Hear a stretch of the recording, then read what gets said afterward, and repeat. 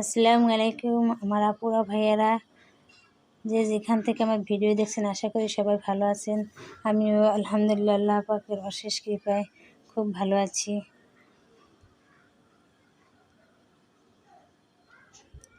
আজকে একটা ফুরফুরে মেজাজ নিয়ে আমরা পাকঘরে দুজনে চলে আসলাম পাক করতে। দুপুরে রান্না করতে আসলাম আমি, সাথে মেয়ের বাবাও আছে, সে আমাকে রান্নার কাজে সাহায্য করছে, আমিও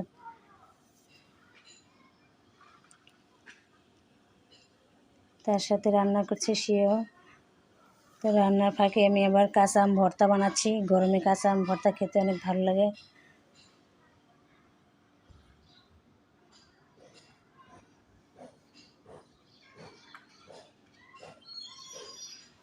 মেয়ের বাবা বেগুন কেটে বেগুনে হলুদ লবণ মরিচের গুঁড়া মাখিয়ে তেলে ভাজতেছে।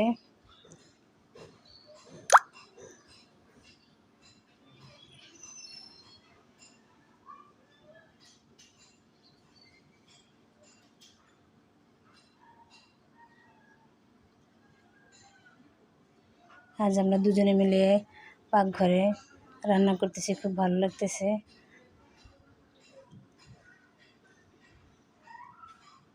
আমি সব কেটে গুছিয়ে দিচ্ছি, এসে রান্না করছে।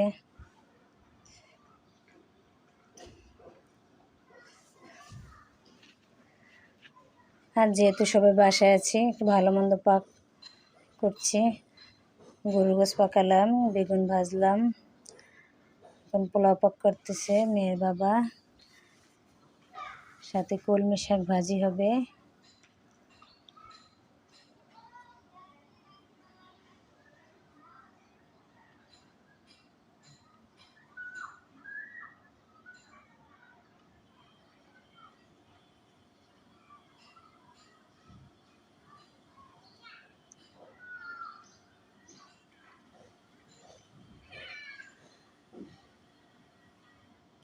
এই গরমে কাঁচা আম ভর্তা খেতে কার না ভালো লাগে বলেন।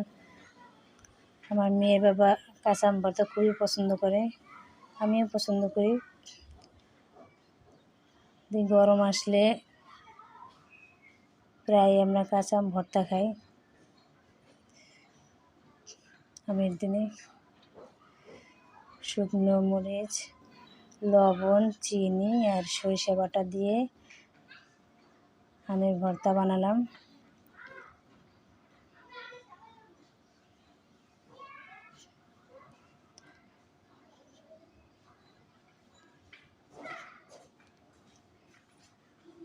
পাক শেষ করে সে আমরা আম ভর্তা বানিয়ে খেলাম।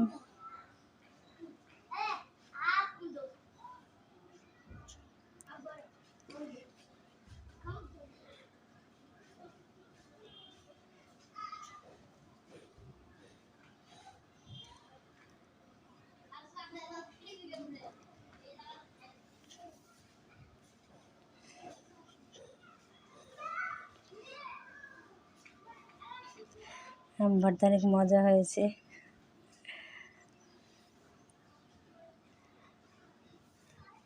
আম ভর্তা খাওয়ার পর আমরা গোসল সেরে নামাজ পড়ে সবাই টেবিলে খাবো এখন।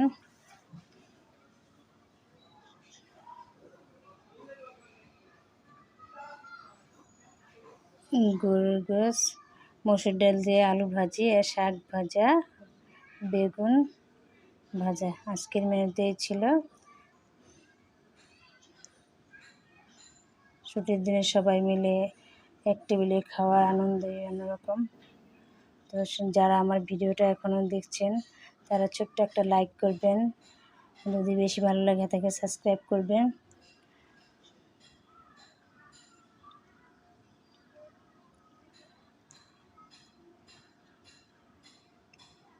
আবার ফিরে আসবো নতুন কোনো ভিডিও নিয়ে। সেই পর্যন্ত আপনারা ভালো থাকবেন, সুস্থ থাকবেন। আল্লাহ হাফেজ, আসসালামু আলাইকুম।